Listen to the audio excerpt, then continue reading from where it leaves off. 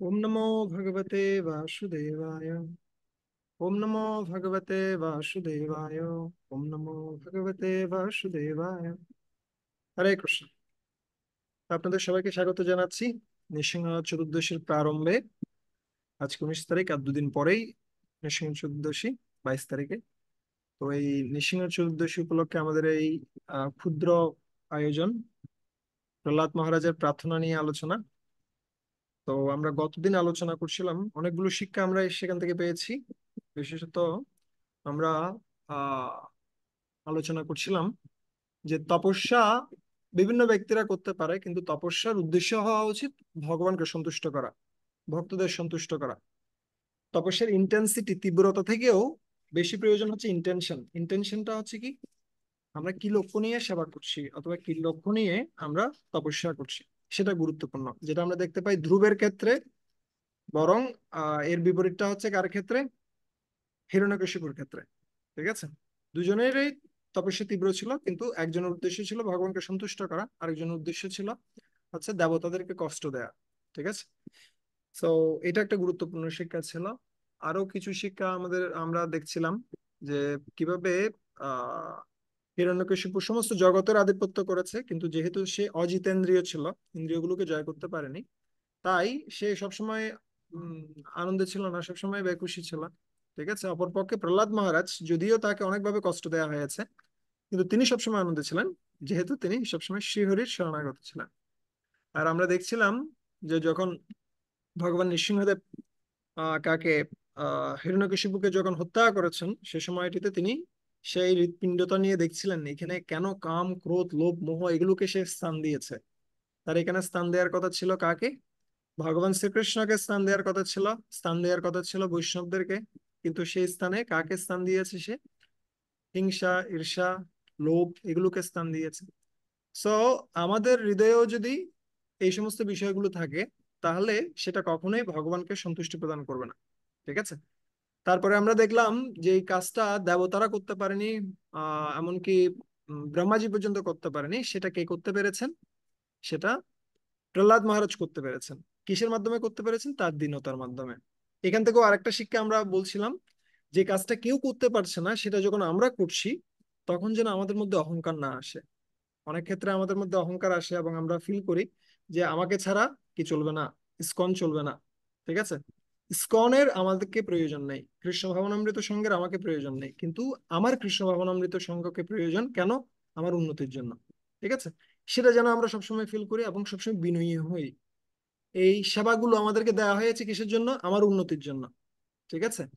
সেবাগুলো দেওয়া হয়নি এই জন্য যে আমি অনেক উন্নত তাই আমাকে সেবা দেওয়া হয়েছে, তা নয়। সেবা দেওয়া হয়েছে কেন? আমি যেন উন্নত হতে পারি, আমি যেন আমার হৃদয়কে শুদ্ধ করতে পারি। তো সেই মানসিকতাটা নিয়েই কে প্রার্থনা শুরু করছেন? প্রহ্লাদ মহারাজ প্রার্থনা শুরু করছেন। তিনি প্রার্থনা করছেন, হে ভগবান, যেখানে ব্রহ্মা আদি দেবতারা পারেনি, সেখানে আপনি কিভাবে মনে করেন আমি পারবো? অসম্ভব বিষয়। ঠিক আছে। তো তিনি ব্রহ্মাকেও স্মরণ করছেন, যিনি তাকে সেবাটা দিয়েছেন। ঠিক আছে। তারপরে তিনি কি করলেন? তারপরে তিনি বললেন, আসলে হ্যাঁ, এটা সত্য যে কেউ কিসের দ্বারা, এই সমস্ত গুণাবলীর দ্বারা কেউ আপনাকে সন্তুষ্ট করতে পারে না। ঠিক আছে। কিন্তু ভক্তির মাধ্যমে কেবল আপনাকে সন্তুষ্ট করা যায়। সেটা আমরা দেখছিলাম পরবর্তী শ্লোকে। এবং তারপরে কথা হচ্ছিল যে ব্রাহ্মণের যদি কয়টা গুণ থাকে? দ্বাদশটা গুণ থাকে। সেই গুণগুলোতে যদি সে পরিপূর্ণ হয়, তথাপি সে যদি ভগবানের ভক্ত না হয়, তাহলে সে হচ্ছে কার থেকে অধম? একজন চন্ডাল থেকে অধম। যে চন্ডাল ব্যক্তি, যিনি ভগবানের ভজনা করছেন, তিনি অনেক শ্রেষ্ঠ। ঠিক আছে। কেন? ওই ধরনের ব্রাহ্মণ নিজেকে পবিত্র করতে পারে না, কিন্তু চন্ডাল তার পুরো কুলকে পবিত্র করতে পারে। ঠিক আছে। তো এইভাবে আমরা জানছিলাম। তারপরে আমরা জানছিলাম তিনি প্রার্থনা করছিলেন যে এই যে প্রার্থনাগুলো আমি করছি, এগুলো আপনার প্রয়োজন নেই। আমরা যা কিছু ভগবানকে অফার করি, সেটা ভগবানের প্রয়োজন নেই। সেটা কার প্রয়োজন? সেটা আমার প্রয়োজন। ঠিক আছে। আমরা উদাহরণ দিচ্ছিলাম, এখানে কিসের উদাহরণ দিচ্ছিল? তচ্চাত্মনে প্রতিমুখস্য যথা মুখশ্রী। ঠিক যেমনি দর্পণে, দর্পণকে সাজাতে হয় না, যখন ব্যক্তিটা সাজে তখন এমনিতেই দর্পণ সেজে যায়। ঠিক একইভাবে আমাদের নিজেদের সুখী হওয়ার কোনো প্রচেষ্টা করার প্রয়োজন নেই। যদি আমরা ভগবানকে সন্তুষ্ট করি, তাহলে এমনিতেই আমরা কি হতে পারবো? সন্তুষ্ট হতে পারবো। এভাবে একটার পর একটা প্রার্থনাগুলো নিবেদন হচ্ছিল, এবং এভাবে তিনি প্রথমে ভিত্তি স্থাপন করছেন যে আসলে আমি কিভাবে অযোগ্য। ঠিক আছে, প্রথম 5টা শ্লোকে তিনি কোনো প্রার্থনাই করেননি। তিনি বারবার বলছেন আমি আসলে এটা যোগ্য নই। ঠিক আছে, তো এখান থেকেও একটা বড় শিক্ষা আছে। সেটা হচ্ছে কি, যখন আমাদেরকে কোনো প্রজেক্ট দেয়া হবে, ধরেন তো আপনাদেরকে কোনো একটা সেবার দায়িত্ব দেয়া হলো, তো সাথে সাথে যেন আমরা ফিল না করি ইয়েস বিশাল আমি একজন ব্যক্তি। না, প্রথমে বলা উচিত অ্যাটলিস্ট কিভাবে হলো, অ্যাটলিস্ট ফর্মালিটি হলো, প্রথমে তো ভিতর থেকে আসবে না। অ্যাটলিস্ট শাস্ত্র কথা অনুসারে আমাদের ব্যক্ত করা উচিত যে আসলে প্রভু আমি এটার যোগ্য নই, কিন্তু আপনি যেহেতু আমাকে এই দায়িত্বটা দিচ্ছেন, তাই আমি এটা করার জন্য চেষ্টা করব। ঠিক আছে, এবং এটা ভিতর থেকেও যেন আসে, শুধুমাত্র বাইরে থেকে নয়। এরপরে তিনি বলছেন আচ্ছা যাক, আমি অনেকক্ষণ ধরে আমার কি কি অযোগ্যতা রয়েছে সেটা নিয়ে আমি চিন্তা করছি, এগুলো সব বাদ। আমি এখন যা যোগ্যতা রয়েছে, যা অযোগ্যতা রয়েছে সবকিছু বাদ দিয়ে, আমার অযোগ্যতার থেকেও আপনার কৃপার শক্তিটা অনেক বেশি। ঠিক আছে, আমার অযোগ্যতা অনেক বেশি, কিন্তু তার থেকেও বেশি শক্তিশালী হচ্ছে আপনার কৃপা। তাই সেই কৃপার বলে বলিয়ান হয়ে আমি যতটুকু পারি, যথা মনীষম, যতটুকু আমার শক্তি রয়েছে সে অনুসারে আমি আপনার কি করব, আমি আপনার গুণকীর্তন করব। ঠিক আছে, কেন গুণকীর্তন করব? পুয়ে তো ইয়ে নহি অনুবর্ণিত না পুমান অনুবর্ণিত না, যাতে করে আমি কি হতে পারি, আমি যেন শুদ্ধ হতে পারি, পুয়ে তো শুদ্ধ হতে পারি, সেজন্য আমি বর্ণনা করব। তো এভাবে তিনি শুরু করছেন। তিনি শুরু করে প্রথমেই কিসের কথা বলছেন? প্রথমেই তিনি বলছেন যে হে ভগবান, আপনি আগে কি ছেড়ে দিন, আপনি আগে ক্রোধ ছাড়ুন।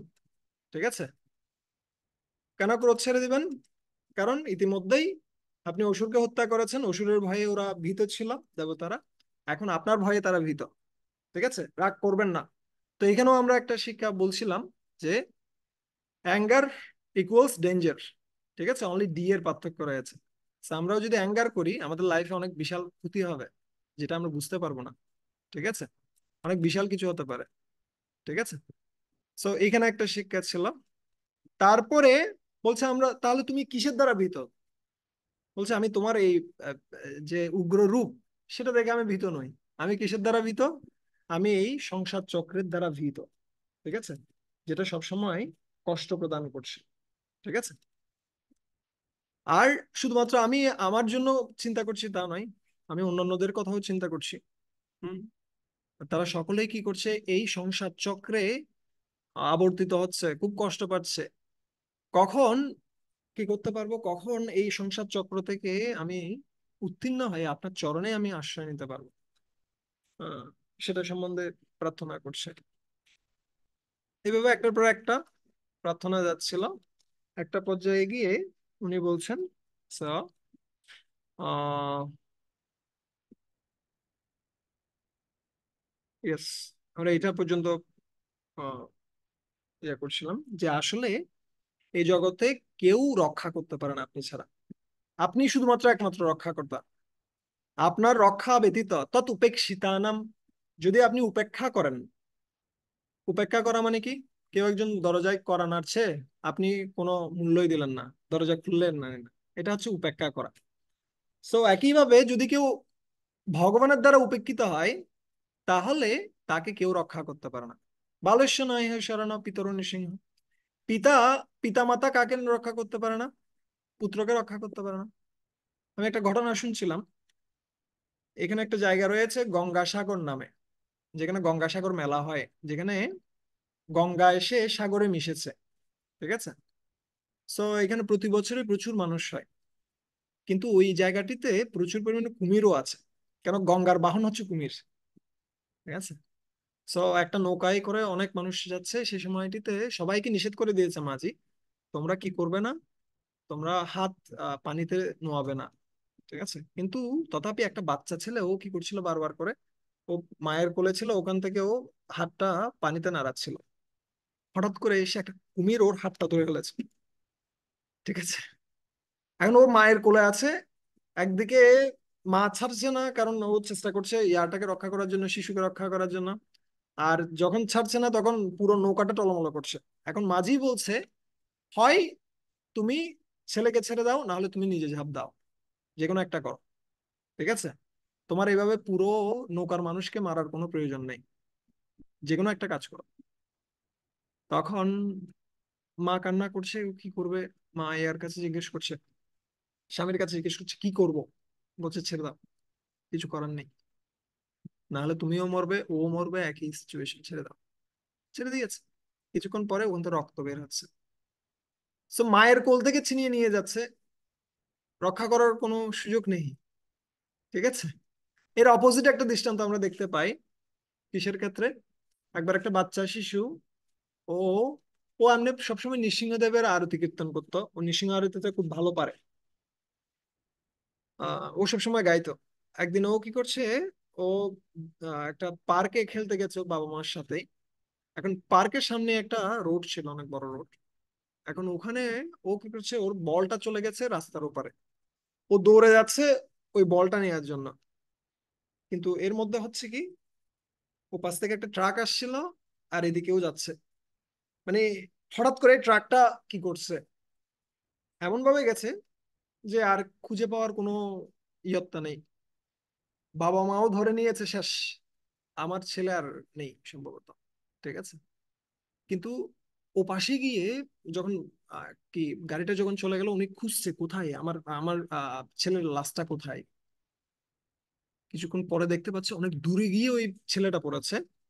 আর ওই ছেলেটা বলছে, আমি ট্রাক আসার আগেই দেখতে পাচ্ছি নৃসিংহদেব আসছে, আর তিনি আমাকে এখানে ধরে, প্যাটের এখানে ধরে তুলে নিয়ে পাশের কিসে বাগানে ফেলে ফেলে রেখেছেন। ঠিক আছে, দেখাও যাচ্ছে যে এখানে কি রয়েছে, নৃসিংহদেবের হাতের নখরের ছাপ রয়েছে। ঠিক আছে, সো এইখান থেকে একটা বিষয় হচ্ছে কি, তৎ উপেক্ষিতানাম, রাখে হরি মারে কে, মারে হরি রাখে কে। যদি ভগবান রক্ষা করতে না চাই, কেউ তাকে রক্ষা করতে পারে না। আর যদি কেউ হম এমনকি যদি সর্বোচ্চ পর্যায়ের কিও নাই, চ অগদম, অগদম মানে হচ্ছে ঔষধ, পথ্য, চিকিৎসা, সবকিছু যদি খুব ভালো নেয়, তথাপি সে বাঁচতে পারে না যদি ভগবান না চায়। আবার অনেক সময় দেখবেন রাস্তার ছেলে যারা রয়েছে, তারা ইভেন মাছিতে খাওয়া, মানে কি সে ইঁদুরে খাওয়া জিনিসপত্র খাচ্ছে, ওদের কিছু হয় না। করোনার টাইমে হাজার হাজার মানুষ আইসিইউতে মারা গেছে, কিন্তু রাস্তার মানুষগুলো, ওরা, ওদের কিছু হয়নি, তাই না? So, যদি ভগবান রক্ষা করে, মারার কেউ নেই। আবার যদি ভগবান রক্ষা করতে না চায়, তৎ উপেক্ষিতা নাম, রক্ষা করতে না চায় ভগবান, তাহলে রাখার কেউ নেই।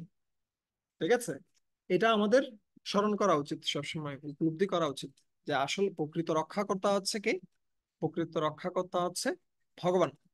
ঠিক আছে, কিন্তু তাই বলে যে আমরা কি করব না, আহ ঔষধ গ্রহণ করব না বা প্রতিরোধ করার প্রচেষ্টা করব না, তা নয়।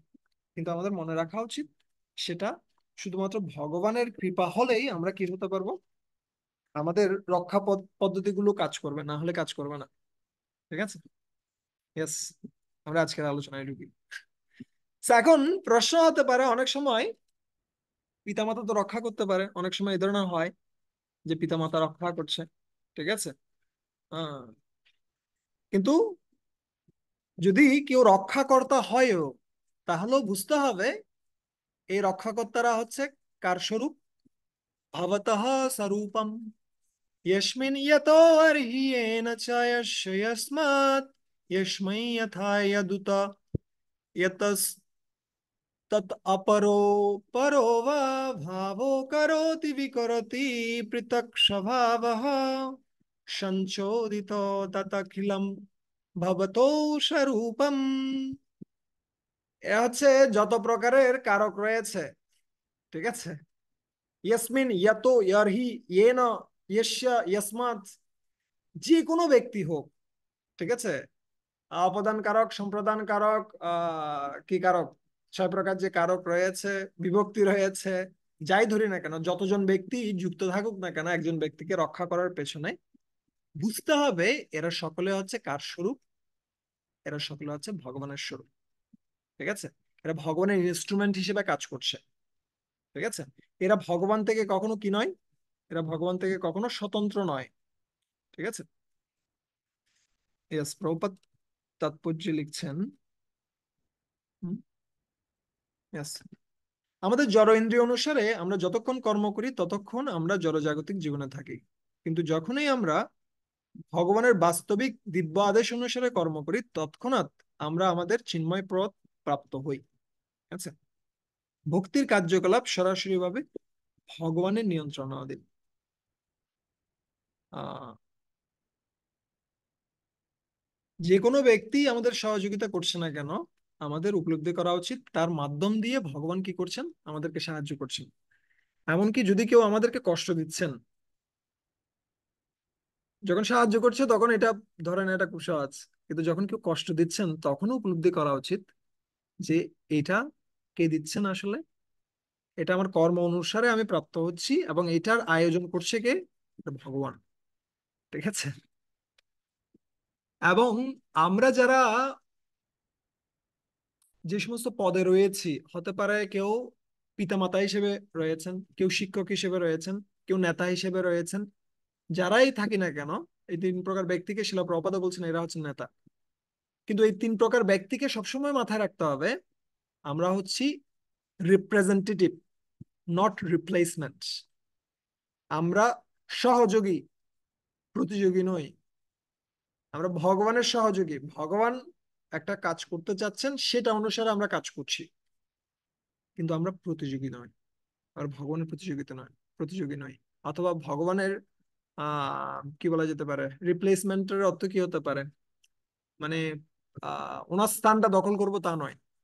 ঠিক আছে, ভগবানের স্থান ভগবানের স্থানে, আমাদের স্থান আমাদের স্থানে। ঠিক আছে, আমাদের সবসময় এটা ফিল করা উচিত, উপলব্ধি করা উচিত, এবং সেই অনুসারে কার্য করা উচিত, সেই অনুসারে সকলকে সম্মান দেওয়া উচিত। ঠিক আছে। Yes. তখন এখন প্রশ্ন আসতে পারে, নিঃসন্দেহে প্রশ্ন করতে পারে, যে যখন আমি সবকিছু স্বরূপ, তুমি যা কিছু দেখতে পাচ্ছ সবকিছু হচ্ছে আমার স্বরূপ, তাহলে তুমি কেন সংসার থেকে মুক্ত হতে চাচ্ছ? সমস্যা কি? হ্যাঁ, কি জন্য তুমি মুক্ত হতে চাচ্ছ? তখন বলছে, মায়া মনো সৃজতি কর্মময়ম বলিয়া কালেন চোদিতা গুণ অনুমতেন পুংসঃ ছন্দোময়ম যৎ অজয়া अर्पित षोरसारम संसार चक्रमज को अतितरे तदन्य মায়া মনো। আমরা এই জগতে আটকে আছি কিসের জন্য? মনের জন্য। এই মন কি করছে? সৃজতি কর্মময়ম বলিয়াম, বিভিন্ন প্রকারের বাসনা সৃষ্টি করছে, এবং এই বাসনাগুলো চক্রের মাধ্যমে আমরা একটা দেহ থেকে আরেকটা দেহে বিভিন্ন ভাবে প্রবেশ করছি। ঠিক আছে, এখানে বর্ণনা করা হচ্ছে কালেন চোদিত গুণ অনুমতেন পুংস। কালের দ্বারা আমরা পরিচালিত হয়ে আমরা একটা দেহ থেকে আরেকটা দেহে, যেখানে কি রয়েছে, যেগুলো তৈরি হয়েছে কিসের দ্বারা? গুণ অনুমতেন, গুণ সময়ের দ্বারা, এই ত্রিগুণের দ্বারা যে তৈরিকৃত যে দেহ, সেখানে আমরা প্রবেশ করছি, এবং সেখানে আমরা কি করছি? সংসার চক্রম অজ, আমরা এই সংসার চক্রে আমরা ভ্রমণ করছি বারবার করে, অনেক কষ্ট পাচ্ছি আমরা। কো অতীতারে তদন্য, এই সংসার চক্রে যে আমরা ঘুরছি কষ্ট পাচ্ছি সেটা মনের দ্বারা, কিন্তু এটা থেকে বের হওয়ার পন্থাটা কে দিতে পারে? পন্থাটা হচ্ছে তৎ অন্য, তুমি ছাড়া আর কে আমাদেরকে রক্ষা করতে পারে? আর কেউ আমাদেরকে রক্ষা করতে পারে না। সেইখানে একটা জিনিস হচ্ছে কি দেখেন, আমরা যে এই জড়জগতে আটকে আছি সেটার মূল কারণটা হচ্ছে কি? আমাদের মন। মন বিভিন্ন প্রকার বাসনা করছে, একটার পর একটা বাসনা করছে, এই বাসনাগুলোকে চরিতার্থ করতে গিয়ে আমরা আটকে যাচ্ছি এই জড়জগতে। আপনারা কারা কারা রান্না পারেন? অনেকেই রান্না পারেন। আমরা কয়েকদিন আগে না, কয়েক মাস আগে আমরা গাজর হালুয়া রান্না করছিলাম 10,000 মানুষের জন্য। যখন রান্না করছি, পুরো একদিন গেছে, পুরো একদিন সকাল থেকে শুরু করেছি, বিকাল পর্যন্ত একদম সন্ধ্যা পর্যন্ত রান্না করতে হয়েছে, মানে বিশাল বিশাল ইয়াতে। সো যদি অন্য রান্না করতে হয় তাহলে 30 মিনিট 40 মিনিট, কেউ যদি ক্ষীর রান্না করে 2-3 ঘন্টা, 4 ঘন্টা। কেউ যদি এরকম গাজর হালুয়া অথবা মুগ ডালের হালুয়া রান্না করতে যায়, 7-8 ঘন্টা সময় যেতে পারে। কিন্তু বাসনাকে রান্না করতে কোটি কোটি জন্ম চলে যায়, কোটি কোটি জন্ম। ঠিক আছে। এবং এটা রান্না করছে কোথায়? রান্না করছে এই জড়জগৎ নামক চুলাই। এটা একটা চুলা। সংসার দাবানলীর লোকা ত্রাণায় কারুণ্য ঘন ঘনারতম। সংসারকে কখনো, এই জড়জগৎকে কখনো দাবানলের সাথে তুলনা করছে, কখনো এটাকে চুলার সাথে তুলনা করছে, কখনো তুলনা করছে সংসার বিষানলে দিবানি শিহিয়া জলে, বিষানলের সাথে তুলনা করছে। ঠিক আছে। সেই চুলাতে আমাদের এই বাসনাগুলোকে সিদ্ধ করছে, কিন্তু এটা কোনো রকমই সিদ্ধ হচ্ছে না। কোটি কোটি জন্ম চলে যাচ্ছে আমাদের এই বাসনাগুলোকে শুদ্ধ করতে। ঠিক আছে। সো এই বাসনাগুলো আমাদেরকে এই জগতে আটকে রাখছে সবসময়। এই জন্য বলছে মন এব মনুষ্যানাম কারণম বন্ধ মোক্ষয়ে। মন হচ্ছে মানুষের বন্ধনের কারণ, এবং সে মনে হচ্ছে মুক্তির কারণ। আমি কালকেই শিশুমত জয়প্রতাপ গোস্বামী গুরু মহারাজের একটা লেকচার শুনছিলাম। ওখানে বলছিলেন উনি যে প্রকৃতপক্ষে ভক্তি যোগ অন্যান্য পন্থা থেকে একটু কঠিন রয়েছে। কেন কঠিন রয়েছে? কারণ অন্যান্য পন্থায় নিজের বাসনাকে পরিবর্তন করতে হয় না। যা বাসনা রয়েছে, কর্মী বাসনা করছে আমি কোথায় যেতে চাই, স্বর্গলোকে যেতে চাই, ওকে। আহ যোগী বাসনা করছে আমি যোগ সিদ্ধি প্রাপ্ত হতে চাই। জ্ঞানী বাসনা করছে আমি কি হতে চাই, আমি মুক্ত হতে চাই। এগুলো সবগুলো আত্মকেন্দ্রিক বাসনা, দুঃখ থেকে নিবৃত্ত হওয়া। কিন্তু ভক্তের বাসনাটা কি থাকে? আমি ভগবানকে সন্তুষ্ট করতে চাই, আমি বৈষ্ণবদেরকে সন্তুষ্ট করতে চাই। ঠিক আছে। সে এই বাসনাটাকে আহ আনা নিজের আত্মকেন্দ্রিক বাসনার স্থানে, সেটা খুব কঠিন রয়েছে। কিন্তু এটার জন্য কি চলে যায়, কোটি কোটি জন্ম ধরে আমরা ঘুরছি শুধুমাত্র এই একটি বাসনাকে লালন করার জন্য। আর না করিহ মনে আশা, শ্রী গুরু চরণে রতি, এই সে উত্তম গতি, যে প্রসাদে পুরে সর্ব আশা। যদি আমাদের বাসনা থাকে শুধুমাত্র শ্রী গুরুদেবের সেবা আমি করব, বৈষ্ণবদের সেবা আমি করব, আমি অন্য কিছু চাই না, আমার জন্ম জন্মে একটাই মাত্র ইচ্ছা হচ্ছে বৈষ্ণবদের সেবা করা, মম জন্মানি জন্মনীশ্বরে ভবতা ভক্তির হেতুকিতুই, আমি জন্ম জন্ম ধরে তোমার সেবা করতে চাই। এই বাসনাটা যতক্ষণ পর্যন্ত আমাদের না আসছে ততক্ষণ পর্যন্ত মন আমাদেরকে কিসে নিয়ে যাবে? মন আমাদেরকে এই সংসার চক্রে আমাদেরকে ঘুরাবে। কিন্তু তুমি ছাড়া কো অতিতরে তদন্য, তৎ অন্য, তুমি ছাড়া আর কে আছে? কে আমাদেরকে রক্ষা করতে পারে? কেউ আমাদেরকে রক্ষা করতে পারে না। ঠিক আছে। এই জন্য আমরা এখানে আটকে রয়েছি, তুমি আমাকে রক্ষা করো। আর যদিও এই মায়া তোমার স্বরূপ, কিন্তু এই মায়া হচ্ছে কি, এই মায়া প্রকৃতপক্ষে তোমার থেকে বিচ্ছিন্ন। ঠিক আছে। এবং এই মায়া তোমার থেকে ভিন্ন, ভিন্ন প্রকৃতির অষ্টদা। এই জড়া প্রকৃতি তোমার থেকে ভিন্ন। আর তুমি স্বরূপ শক্তিতে রয়েছ, চিন্ময় শক্তিতে রয়েছ, তুমি অভ্যন্তরীণ আল্লাদিনী শক্তিতে তুমি রয়েছ। ঠিক আছে। আহ, আর আমরা কিসে রয়েছি? আমরা এই বহিরঙ্গা শক্তিতে রয়েছি, যেখানে দুর্গা দেবী ত্রিশূল নিয়ে আমাদেরকে কি করছে? নিষ্পেদ্যমানম। দুর্গা দেবীর ত্রিশূল রয়েছে না? ত্রিশূল মানে কি? ত্রিশূল মানে হচ্ছে আধ্যাত্মিক ক্লেশ, আদি দৈবিক ক্লেশ, আদি আত্মিক ক্লেশ। এছাড়াও আমাদের কি রয়েছে?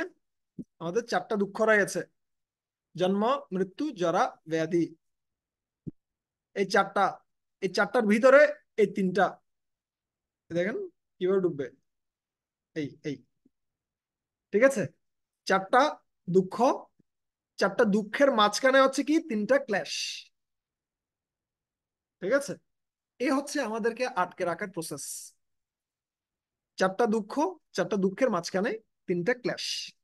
কারণ 4টা দুঃখ বিভিন্ন সময়ে হয়। জন্ম হয়ে গেছে, আমরা এই দুঃখ আর মাথায় রাখি না। মৃত্যু হবে, এগুলো পরে দেখা যাবে। ঠিক আছে? জন্ম মৃত্যু, জরা, বৃদ্ধকাল আসবে, এগুলো অনেক পরে। ব্যাধিটাও হবে, কিছুদিন আসে কিছুদিন চলে যায়। কিন্তু এই চারটার মাঝখানে এই তিনটা কিন্তু খুব ভালোভাবে অতপ্রতভাবে আছে। এই তিনটা মাঝখানে আছে খুব ভালোভাবে।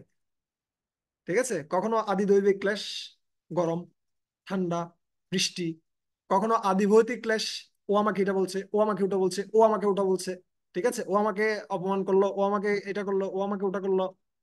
আদি ভৌতিক, আদি দৈবিক, আদি আত্মিক। কখনো আমার মনে হচ্ছে আজকে ভালো লাগছে না, এটা হচ্ছে না, শরীর ভালো নেই, মন ভালো নেই। এই তিনটা কিন্তু সবসময়, এই চারটা কিন্তু সবসময় না। বুঝতে পারছেন? কিন্তু এই চারটা, তিনটা, সাতটা বিষয় দিয়ে দুর্গা দেবী সবসময় আমাদেরকে কি করছে? নিষ্পেদ্যমানম, আমাদেরকে নিষ্পেষণ করছে। আপনারা কেউ কি ইয়া খেয়েছেন? সুগার ক্যান জুস, এই যে আখের রস, সেটা কি করে? মেশিনে একদম নিংড়ে ফেলে, নিংড়ে ফেলে সেখান থেকে রসগুলো বের করে। ঠিক একইভাবে প্রহ্লাদ মহারাজ এখানে প্রার্থনা করছেন, আপনি স্বধামনা, আপনি নিজ শক্তি দ্বারা বিজিত আত্মগুণা, আপনি আপনি আপনার আপনার নিজের শক্তি দ্বারা, আপনার নিজ মায়া দ্বারা আপনি চিন্ময় জগতে রয়েছেন, আপনার কোনো সমস্যা নেই। কিন্তু আমাদের সমস্যা, আমরা সবসময় এই ষোড়শারে, এই ষোড়শ কি বিশিষ্ট, আহ 16টি উপাদান, পাঁচটা পাঁচটা পাঁচটা প্লাস মন, পাঁচটা কর্মেন্দ্রিয়, পাঁচটা জ্ঞানেন্দ্রিয়, পাঁচটা উপাদান, এবং হচ্ছে মন, ষোড়শ। এই বস্তুগুলো দ্বারা তৈরি এই দেহের মধ্যে আমরা সবসময় কষ্ট পাচ্ছি। তাই আমরা আপনার শরণাগত হয়েছি, হে ভগবান, কৃপাপূর্বক আমাদেরকে রক্ষা করুন। আপনি ছাড়া আমাদের আর কোনো রক্ষাকর্তা নেই। প্রপাত তাৎপর্য লিখছেন সুন্দরভাবে। প্রপাত বলছেন, হ্যাঁ, কেউ পড়বে? পড়তে চাই? জ্ঞান জ্যোতি।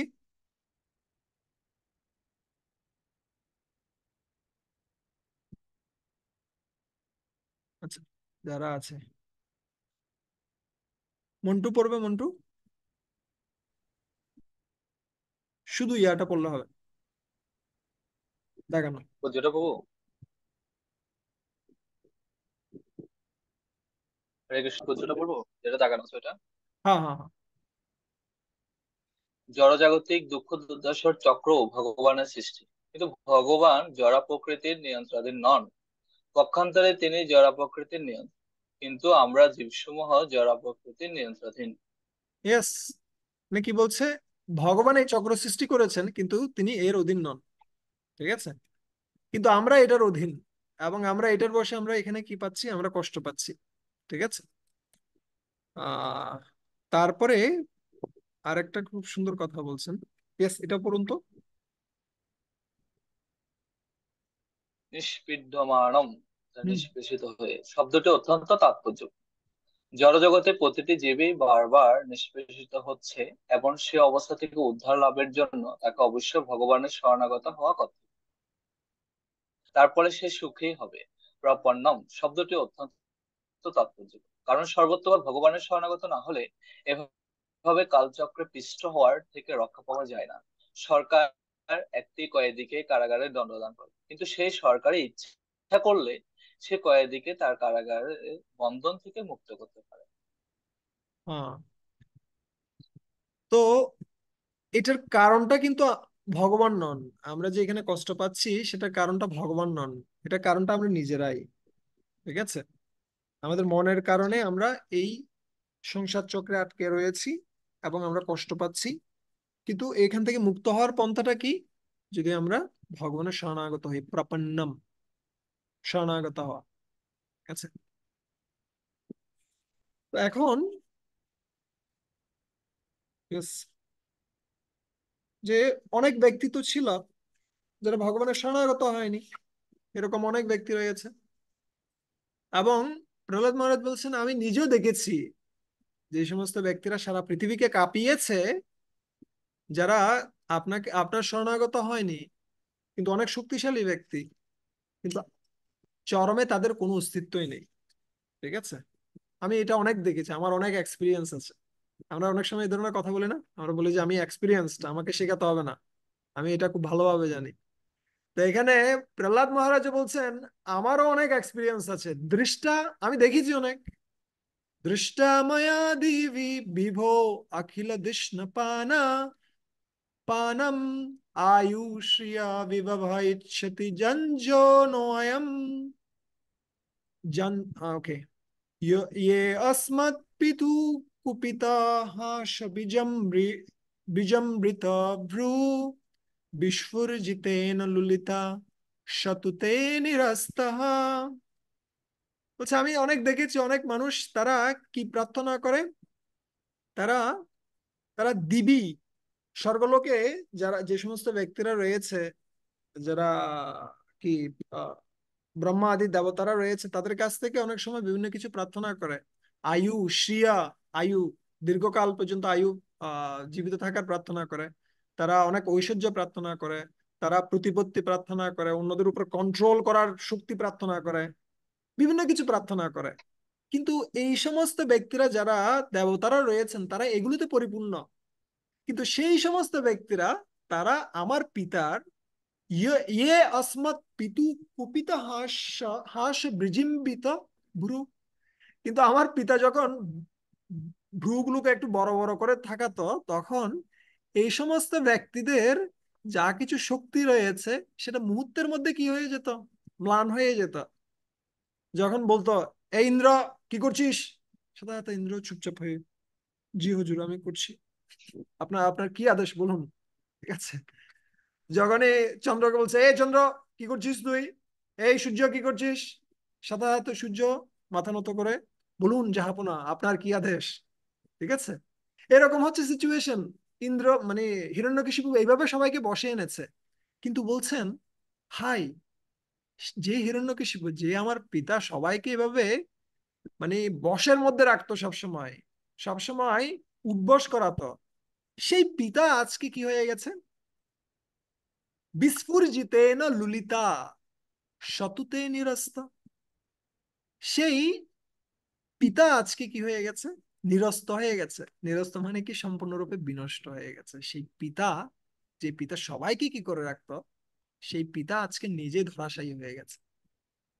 সেইখান থেকে একটা বড় শিক্ষা হচ্ছে আমাদের জীবনে, আমরা অনেক শক্তিশালী হতে পারি, অনেক বুদ্ধি আমাদের থাকতে পারে, অনেক ক্ষমতা আমাদের থাকতে পারে, কিন্তু সেটা বেশিক্ষণের না। যে কোনো মুহূর্তে ভগবান আমাদেরকে কি করে নেবেন, ভগবান আমাদেরকে শক্তি দিয়েছেন, ভগবান এই সমস্ত শক্তি কিছুক্ষণের মধ্যেই নিয়ে নিতে পারে।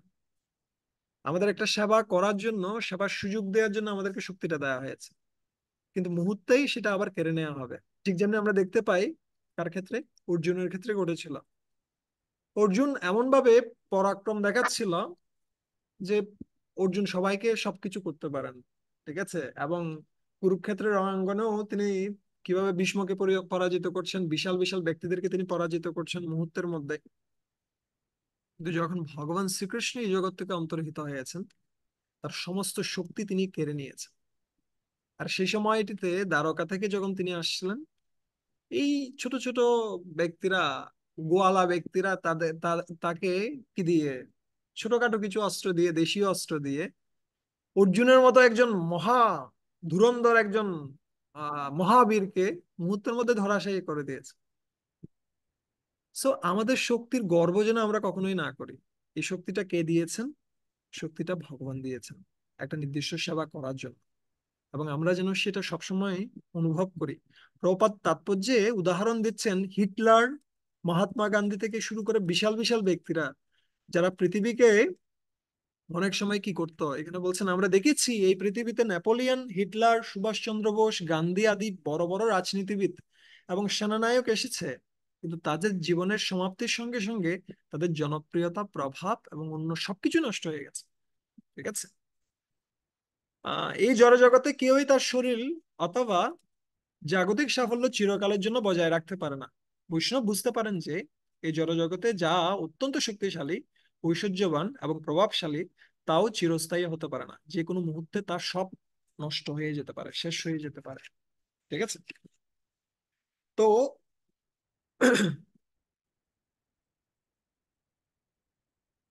আমরা দেখতে পাই খুব সুন্দর একটা শ্লোক রয়েছে কোথায়, কেবলাষ্টকমে আপনারা পড়েছেন কিনা আমি জানি না। কেবলাষ্টকমে খুব সুন্দর একটা শ্লোক রয়েছে, যেখানে বর্ণনা করা হচ্ছে, নিঃশ্বাসে নাহি বিশ্বাস কদরুদ্ধ ভবিষ্যতি কীর্তনীয় মতো বল্লা হরের নামৈব কেবলম, হরের নামৈব কেবলম, হরের নামৈব কেবলম। নিঃশ্বাসে নাহি বিশ্বাস, নিঃশ্বাসের কোনো বিশ্বাস নেই। কদার উদ্ভব ভবিষ্যতে, যে কোনো মুহূর্তে চলে যেতে পারে। তাই কি করা উচিত সকলের? কীর্তনীয় মতো বল্লা হরের নামই বা কেবলম। তাই বারবার এই হরে কৃষ্ণ মহামন্ত্র কীর্তন করা উচিত, যত বেশি সম্ভব পারা যায়। আমি একজন ভক্তকে দেখেছি যে এমনকি প্রসাদ পাওয়ার সময় পর্যন্ত হরে কৃষ্ণ মহামন্ত্র জপ করে। কিভাবে করে? যে এক গ্রাস প্রসাদ নিয়েছে, নিয়ে এসে 16 বার এটাকে চিবোয়, 16 বার এক গ্রাসকে। এবং এর ফলে কিন্তু ওর হজমটাও খুব ভালো হয়। এবং প্রত্যেকটা বার চিবানোর সময় ও কি করে? হরে কৃষ্ণ হরে কৃষ্ণ কৃষ্ণ কৃষ্ণ হরে হরে, হরে রাম হরে রাম রাম রাম হরে হরে। একটা চাপ দিচ্ছে, একটা শব্দ বলছে, একটা চাপ দিচ্ছে, একটা শব্দ বলছে। এভাবে খাওয়াটাও কি হয়ে যাচ্ছে? কৃষ্ণ ভাবনাময়, কৃষ্ণ নামময়। যা কিছু করছে তার সাথে কৃষ্ণ ভাবনা। এবং আমাদের দুটো জিনিস শিখতে হবে, একটা হচ্ছে আর্ট অফ চান্টিং, কিভাবে আমরা খুব ভালোভাবে হরে কৃষ্ণ মহামন্ত্র জপ করতে পারি। আর একটা শিখতে হবে আর্ট অফ ডিলিং, কিভাবে আমরা অন্যদের সাথে ভালো আচরণ করতে পারি। কেন? যদি আমরা ভালো আচরণ করি, তাহলে হরে কৃষ্ণ মহামন্ত্র জপ করাটা খুব সহজ হবে। আর যদি ভালো জপ করি, হরে কৃষ্ণ মহামন্ত্র অন্যদের সাথে ভালো আচরণ করাটা সহজ হবে। এটা একটার সাথে একটা পরিপূরক। ঠিক আছে? কিন্তু যদি তা না হয়, আমরা কখনোই হরে কৃষ্ণ মহামন্ত্র জপ করতে পারবো না। এই জন্য বলছে কি, সকালে সম্মান করিতে শকতি দেহনাথ যথাযথ, তবে তো গাইব হরিনাম সুখে অপরাধ হবে হত। সকলই সম্মান, সবাইকে সম্মান দেয়া। সকলই সম্মান করিতে শকতি দেহনাথ যথাযথ। হে ভগবান, আমাকে শক্তি প্রদান করো যাতে করে সবাইকে যথাযোগ্য আমি সম্মান দিতে পারি, এমনকি একটা বাচ্চা শিশুকেও পর্যন্ত। ঠিক আছে? কখনো যেন কারোর সাথে আমরা খারাপ আচরণ না করি। তাহলে আমরা কি করতে পারবো? তবে তো গাইবা হরিনাম সুখে, তখন আমরা হরিনাম সুখে গাইতে পারবো। না হলে হরিনাম করা অসম্ভব ব্যাপার হয়ে যাবে। ঠিক আছে? সো এই জন্য আমাদের উপলব্ধি করা উচিত, আমাদের যা কিছু সম্পদ শক্তি যা কিছু রয়েছে সেটা ভগবানের দান, এবং যে কোনো মুহূর্তে ভগবান সেটা কেড়ে নিতে পারেন। ঠিক আছে? এবং সেটার জন্য যেন আমরা কি থাকি? প্রস্তুত থাকি। তা এখন বলছে তুমি এটাও চাও না, এটাও চাও না, এটাও চাও না, তুমি চাও কি আসলে? হ্যাঁ, কি চাও তুমি? বলো।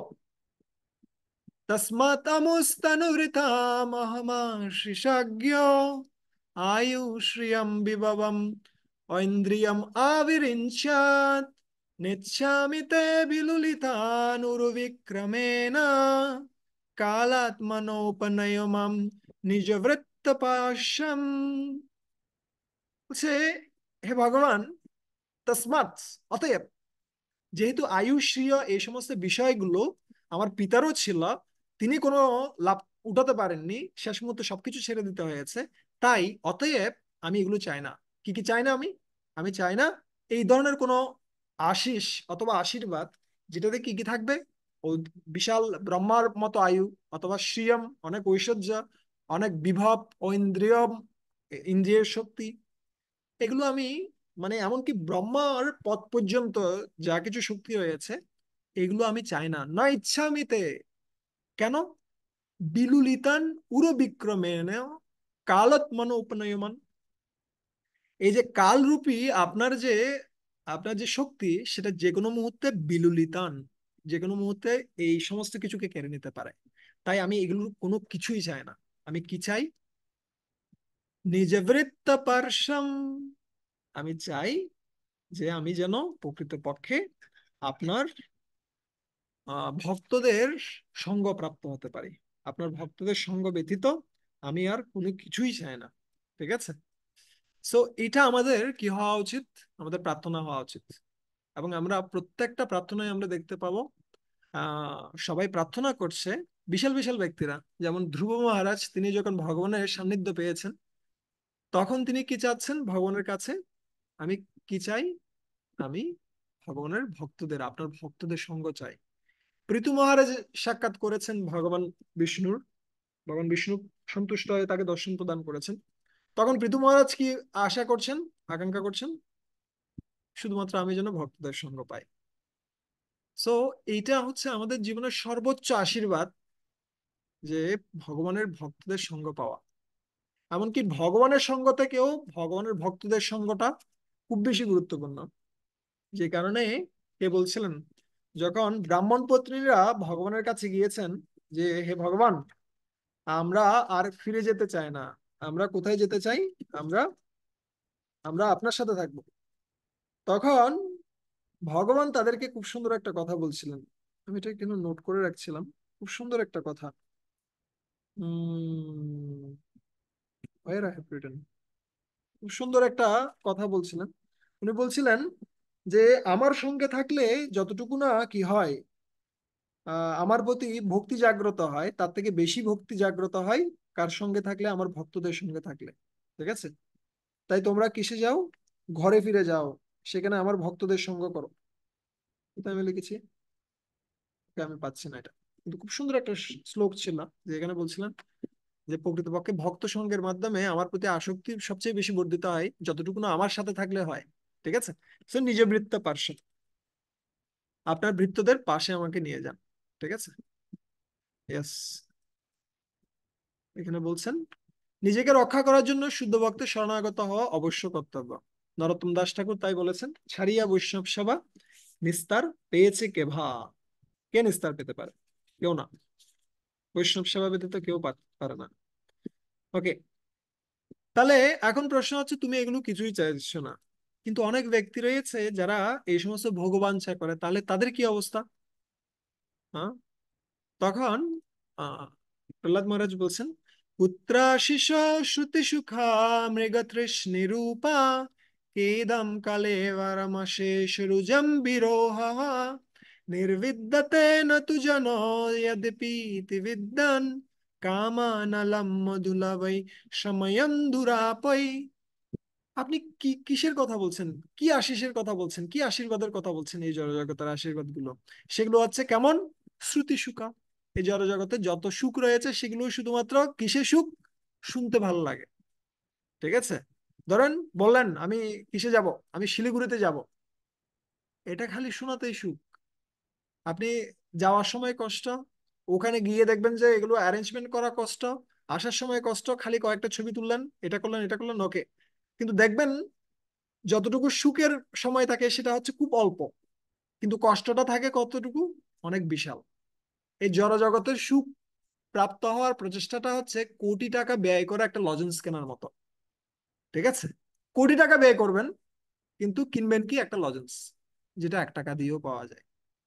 তো এই জড়জগতে যত সুখের আমরা প্রচেষ্টা করি না কেন, এগুলো সুখের সময়টা থাকে খুব অল্প, কিন্তু সময়টা থাকে, কষ্টের সময়টা থাকে বিশাল। এই জন্য বলছে এখানে শ্রুতি সুখা, খালি এগুলো শুনতে ভালো লাগে। কেমন? মৃগতৃষ্ণী রূপা। মৃগতৃষ্ণী রূপা মানে হচ্ছে কি, মৃগ সে কিসে দেখতে পায়? স- কিসের মধ্যে? মরুভূমির মধ্যে সে মরীচিকা দেখতে পায় এবং সে মরীচিকার পেছনে দৌড়ায়। কিন্তু সে জানে না যে সে প্রকৃত পক্ষে যেখানে ঘাস দেখতে পাচ্ছে সেখানেই কি রয়েছে? জল রয়েছে। ওকে ওখানে দৌড়াতে হচ্ছে না, এই ঘাসের নিচেই কি রয়েছে? জল রয়েছে। জাস্ট একটু করে কুললেই ও পাবে। কিন্তু ও মনে করছে ওখানে জল রয়েছে, ওখানে জল রয়েছে, ওখানে জল রয়েছে। অথবা আরেকটা উদাহরণ দেওয়া হয়, কিসের মধ্যে কিসের উদাহরণ দেওয়া হয়? এটা হচ্ছে উম কস্তুরী মৃগ। কস্তুরী মৃগ, সে তার নাভি থেকে কি কি তৈরি হয়? নাভি থেকে তার সুগন্ধি উৎপন্ন হয়, কিন্তু ও মনে করছে ও সর্বত্র সুগন্ধি রয়েছে, অন্যান্য জায়গায় মনে হয় সুগন্ধি রয়েছে, অন্যান্য জায়গায় সুগন্ধি রয়েছে। কিন্তু আসলে না, প্রকৃত সুগন্ধিটা কোথায় রয়েছে? নিজের মধ্যেই রয়েছে। সো আত্মাতে আনন্দ রয়েছে। আমাকে বাইরে খুঁজতে হচ্ছে না। এই আত্মা যখন পরমাত্মার সাথে সংযুক্ত হয়, ভগবানের সাথে সংযুক্ত হয়, তাহলে সে এমনিতেই সুখী হয়। ওর আলাদা কোনো প্রচেষ্টা করতে হয় না।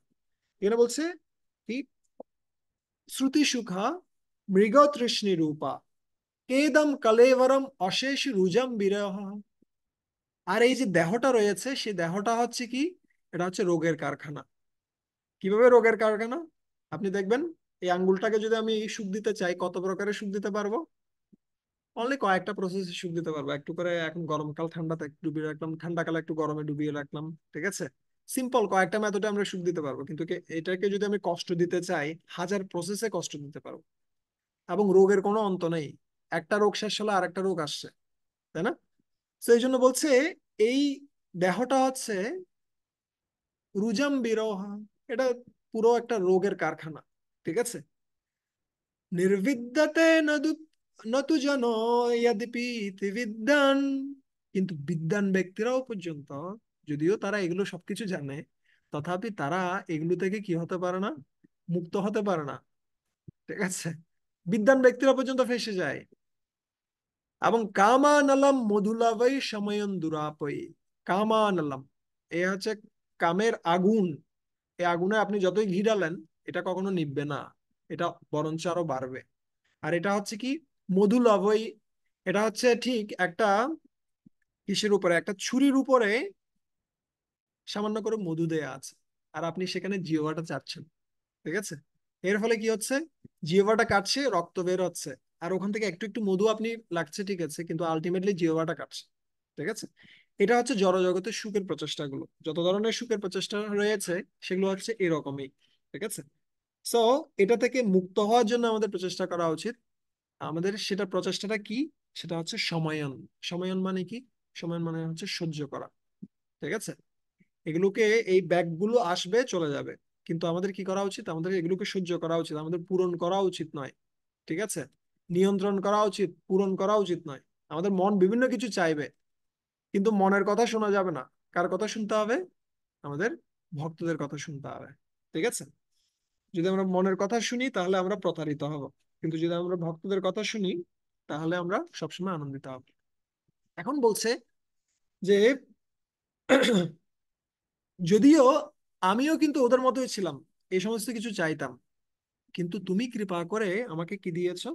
আমাকে এগুলো থেকে রক্ষা করে তুমি আমাকে সর্বোত্তম কৃপা করেছো, ঠিক আছে? তোমার কৃপার কথা আমি কি বলবো?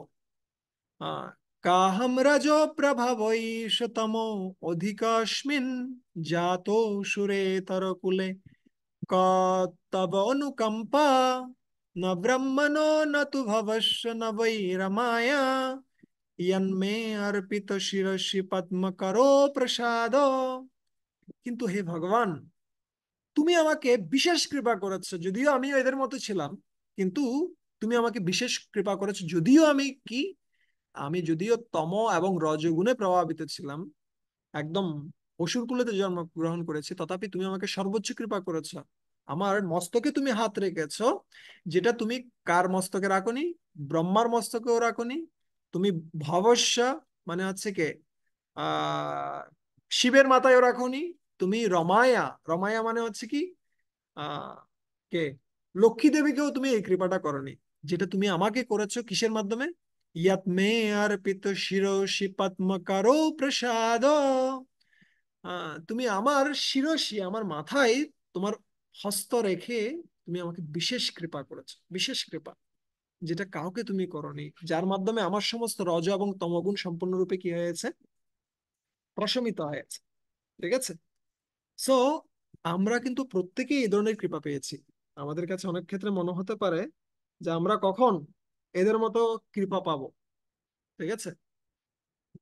আমাদের মনে হতে পারে, কিন্তু আমরা কিন্তু প্রত্যেকেই কৃপা পেয়েছি। কৃপা না পেলে আমরা এতটুকু পর্যন্ত এগোতে পারতাম না। আমরা এই যে ছোট ছোট প্রয়াস করছি, হরে কৃষ্ণ মহামন্ত্র জপ করার, এই যে ভগবানের জন্য আহ কিছু নিবেদন করার, প্রসাদ গ্রহণ করার, যা যা কিছু রয়েছে, এগুলো আমরা করতে পারছি কেন? তার হস্তটা, ভগবানের হস্তটা আমাদের মস্তকে এসে পড়েছে। সেটা বিভিন্ন ভাবে হতে পারে। কিভাবে হতে পারে? ভক্তদের মাধ্যমে হতে পারে, বিগ্রহের মাধ্যমে হতে পারে, ঠিক আছে? বিভিন্ন প্রক্রিয়ায় তার হস্তটা আমাদের মস্তকে পড়ছে। কিন্তু আমাদের সবসময় একটা মাথায় জিনিস মনে রাখা উচিত, সেটা হচ্ছে কি, আমি যখন বিশেষ কোনো কৃপা পাচ্ছি তখন যেন আমরা অহংকারী না হই। দেখেন এখানে কিন্তু সে বিশেষ কৃপা পেয়েছে, কিন্তু তথাপি সে অহংকারী নয়। সে বারবার করে বলছে আমি কিন্তু কি ছিলাম, আমি কিন্তু তমগুণ রজগুণে পড়া অসুর কুলে, কিন্তু আমি বিশেষ কৃপা পেয়ে গেছি, যেটা তুমি অন্যদেরকে দাওনি কিন্তু আমাকে দিয়েছো। কিন্তু তাই বলে যে আমি বিশাল কিছু হয়ে গেছে তা নয়। সো এখান থেকে আরেকটা বিশাল বিশাল শিক্ষা হচ্ছে কি, অনেক সময় আমাদের যখন গুরুদেবের সাথে একটা ভালো সম্পর্ক থাকে, সিনিয়র ভক্তদের সাথে যখন আমার একটা ভালো সম্পর্ক থাকে, অথবা কোনো বিশাল ব্যক্তির সাথে যখন আমার ভালো সম্পর্ক থাকে, তখন আমরা অন্য কাউকে গুরুত্ব দিই না। আরে আমি কে, আমি গুরু মহারাজের সাথে থাকি বুঝছো, এগুলো তোমাদের গণার কোনো সুযোগ আছে? গুরু মহারাজের সাথে একসাথে গিয়ে একটা ছবি দিবে, তো বলবে গুরু মহারাজ মহান, আমিও মহান। আমি একজন ব্যক্তিকে চিনি, যে ব্যক্তিটাকে লেখা লিখতে বলা হচ্ছিল, মানে কাউন্সিলরের নাম, একটা ফর্ম ছিল আর কি, যেখানে নাম, কাউন্সিলরের নাম, এই ধরনের কিছু। কারণ ওকে কাউন্সিলরের নাম যখন লিখতে বলছে, ও লিখছে শিশুমত অমুক গুরু মহারাজ। মানে ওর নিচের কাউকে ও আর মানি না, জাস্ট গুরু মহারাজ। ঠিক আছে। সো এখানে একটা বড় শিক্ষা হচ্ছে, আপনি কার সাথে থাকেন সেটা দিয়ে আপনার উন্নতি নয়। আপনার উন্নতি হচ্ছে আপনি কতটুকু তার ভাবটা গ্রহণ করতে পারছেন। ঠিক আছে। না হলে প্রভুপাদ উদাহরণ দেয়, রাজার চেয়ারে রাজাও থাকে, একটা ছারপোকাও থাকে, কিন্তু সে ছারপোকাটা কি করে, রাজাকে কামড়ায়। ঠিক আছে। আমরা একই রকম দৃষ্টান্ত কার ক্ষেত্রে দেখতে পাই, আমরা দেখতে পাই উম কার ক্ষেত্রে, সুদামা বিপ্রের ক্ষেত্রে। সুদামা বিপ্রকে যখন কৃপা করেছেন ভগবান, তখন সুদামা বিপ্র বলছেন, কাহম দরিদ্র পাপিয়ান, কা কৃষ্ণ, কি ছিল শ্লোকটা, কা কৃষ্ণ শ্রীনিকেতন ব্রহ্মবন্ধুর ইতি স্ম, ইতি স্মহম বাহুব্যম পরিরম্বিত। আমি কোথায় একদম নিম্নতর ব্যক্তি, কাহম দরিদ্র পাপিয়ান, আমি দরিদ্র পাপী একজন ব্যক্তি, আর কা কৃষ্ণ, কা কৃষ্ণ শ্রীনিকেতন, যিনি হচ্ছে লক্ষ্মী দেবীর স্বামী। ঠিক আছে। কিন্তু সেই ভগবান কৃষ্ণ যিনি শ্রীনিকেতন, তিনি আমাকে কি করেছেন, আলিঙ্গন করেছেন। এ হচ্ছে ভক্তের ভাব। যখন কোনো আমরা বড় ধরনের কৃপা পাচ্ছি, তখন বড় রকম একটা রেসপন্সিবিলিটি আমাদের কাঁধে আসছে। আমাদের আচরণগুলো যেন ওরকম ভাবে হয়, আমাদের আচরণগুলো, আমাদের কথাবার্তাগুলো যেন সেই সমস্ত মহাত্মাদের অনুগামী হয়। না হলে শুধুমাত্র এটা বলাটাই যথেষ্ট নয়, আমি অমুক গুরু মহারাজের শিষ্য, আমি অমুক ব্যক্তির সাথে আছি, অমুক ব্যক্তি আমার কাউন্সিলর, কিচ্ছু না। এগুলোর মাধ্যমে আমরা ব্যক্তিগুলোকে উল্টো পচাবো, যদি আমাদের আচরণগুলো সে অনুযায়ী না হয়। ঠিক আছে। সো এই জন্য কে, একদিকে প্রহ্লাদ মহারাজ তিনি গর্ব অনুভব করছেন, আরেকদিকে বলছেন আসলে আমি এটার যোগ্য নই, কিন্তু তুমি কৃপা করে আমাকে অযাচিত কৃপা করেছো, এটার যোগ্য আমি ছিলাম না, কিন্তু তুমি আমাকে কৃপা করে আমাকে এই স্তরে নিয়ে এসেছো। ঠিক আছে। উনি বলছেন ভক্তি এতই মহান যে নিচু কুলোদ্ভূত ব্যক্তিও যদি তার নিবেদন করেন, তাহলে ভগবান তার লক্ষ্মী দেবীর সেবা থেকেও অধিক মূল্যবান বলে গ্রহণ করেন। ভক্তি এত বেশি মূল্যবান। ঠিক আছে। So, আমরা যে কোনো পর্যায়ে থাকি না কেন, আমরা যদি ভক্তিপরায়ণ হই, তাহলে আমরা ভগবানকে সন্তুষ্ট করতে পারবো। ঠিক আছে। So, এখন প্রহ্লাদ মহারাজ আরো বলছেন যে আসলে আপনি উঁচু নিচু, তারপরে হচ্ছে কে, কে ধনী কে গরিব, কে যোগ্য কে অযোগ্য, সেটা আপনি কি করেন না, সেটা আপনি বিচার করেন না। আপনি সেবা অনুরূপে যে আপনার কাছে যেভাবে কি হয়, শরণাগত হয়, সে অনুসারে আপনি তাদেরকে কৃপা করেন। এখানে এই জন্য বলছেন সেবা অনুরূপম উদয় না পরাবরতম, আপনি পর অবর, শ্রেষ্ঠ অথবা নিম্ন, ঠিক আছে, এটা আপনি দেখেন না। আপনি কি দেখেন, সেবা অনুরূপম উদয়,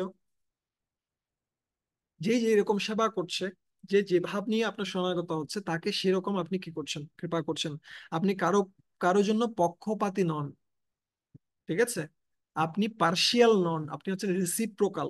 রেসিপ্রোকাল মানে কি, রেসিপ্রোকাল মানে হচ্ছে যে যেরকম ভাব নিয়ে, রেসিপ্রোকাল শব্দটার বাংলা কি হতে পারে? রেসিপ্রোকাল মানে উম কি করা।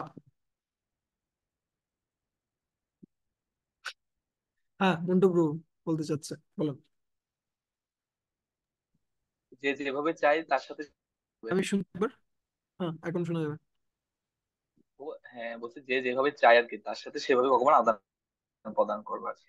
না, কিন্তু এক শব্দে বাংলা কি হবে? আদান প্রদান করা। আদান প্রদান না, আরেকটা সুন্দর বাংলা রয়েছে, আমার মনে পড়ছে না। যাই হোক, এখানে যে বিষয়টা বলতে চাচ্ছে যে প্রকৃতপক্ষে ভগবান কারো প্রতি পার্সিয়াল নন। একই কথাটা ভগবান কিন্তু কিসেও বলছেন, ভগবত গীতাও বলছেন। ঠিক আছে, ভগবত গীতা কি বলছেন? সমহম সর্বভূতেষু ন দেশ্যস্তি ন চ প্রিয়। ঠিক আছে, যে ভজন্তি তুমাম ভক্তা, আহ যে ব্যক্তি আমার ভজনা করে অনুরক্ত, কিন্তু আমি সকলের প্রতি সমান। ঠিক আছে, সো একইভাবে অনেক সময় হতে পারে কোনো একজন ব্যক্তির প্রতি কোনো একজন ব্যক্তি বিশেষ কোনো কৃপা করছেন, কিন্তু এই কৃপার অর্থ এই নয় যে তিনি তার প্রতি পার্সিয়াল। ঠিক আছে, গুরুদেবও দেখবেন সবার প্রতি কিন্তু সমান কৃপা করেন তা নয়, যদিও তিনি সবার প্রতি সমান, কিন্তু তিনি স্পেশাল কিছু শিষ্যের জন্য বিশেষভাবে প্রার্থনা করেন এবং তাদেরকে বিশেষভাবে এম্পাওয়ারমেন্ট করেন। যেটা আমরা দেখতে পাই তমাল কৃষ্ণ মহারাজের ক্ষেত্রে। তমাল কৃষ্ণ মহারাজ বিশেষভাবে শিলা প্রভুপাদের অনেক সেবা করতেন এবং সঙ্গ পেতেন, এবং তাকে বিশেষ রকম এম্পাওয়ারমেন্টও করেছিলেন শিলা প্রভুপাদ। অনেক সময় জিজ্ঞেস করা হতো প্রভুপাদকে, আপনি কেন তমাল কৃষ্ণ মহারাজকে এত সময় দিচ্ছেন? প্রভুপাদ বলতেন, আমি সবার প্রতি সমান, কিন্তু তমাল কৃষ্ণ যেহেতু আমার শরণাগত হচ্ছে এবং আমার কাছ থেকে সে জিজ্ঞেস করছে, তাই আমি তাকে বেশি সময় দিচ্ছি। আর সে ওভাবে সেবা করছে, তাই তাকে ওভাবে আমার কি করা উচিত, এম্পাওয়ারমেন্ট করা উচিত। ঠিক আছে, সো ভগবান বা ভক্ত বা গুরুদেব কেউ পক্ষপাতী নন, তারা সমদর্শী। আপনি যে অনুসারে তাদের শরণাগত হন, তাদের সেবা করেন, সেই সমান অনুসারে, ঠিক আছে, তারা কি করেন আপনার সাথে প্রতিদান করেন বা আপনার সাথে ভাব বিনিময় করেন। ঠিক আছে, তাই আমরা কখনো যেন ভগবানকে অথবা ভক্তদেরকে যেন কখনো আমরা নিন্দা না করি এই বলে যে তারা পার্সিয়াল। না, তারা কখনো পার্সিয়াল নয়। অনেক সময় আমাদের ক্ষেত্রে মনে হবে যে তারা পার্সিয়াল, তারা এরকম আচরণ করছে, এটা পার্সিয়াল আচরণ করছে। না, আসলে তা নয়। ঠিক আছে, ইয়েস, এখানেও প্রপার লিখছেন, জীব যেভাবে ভগবানের শরণাগত হয়ে তার সেবা করে সে অনুসারে সে ভগবানের সঙ্গে সম্পর্কিত হয়। এভাবে সমস্ত জগতে জীব উচ্চ অথবা নিম্ন পথ বেছে নেয়। আহ এভাবে জীবের বাসনা অনুসারে তার স্থিতি নির্ধারিত হয়। উচ্চ নিচ স্তরের অস্তিত্বের জন্য ভগবান দায়ী নন। ঠিক আছে,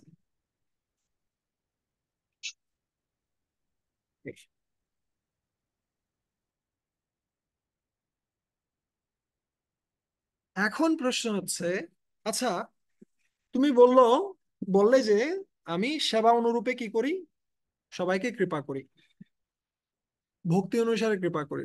এখন প্রশ্ন হচ্ছে, তুমি কিভাবে ভক্তি পেলে? তুমি কিভাবে আমার সেবার সুযোগ পেলে? ঠিক আছে, কর্মের অধিকার সবারও রয়েছে। ভগবত গীতায় ভগবান কৃষ্ণ কি বলছেন? কর্মণি এব অধিকার আসতে মা ফলে ইস্যু কদাচনা। কর্মের অধিকার সবার, কিন্তু সেবার অধিকার সবার নেই।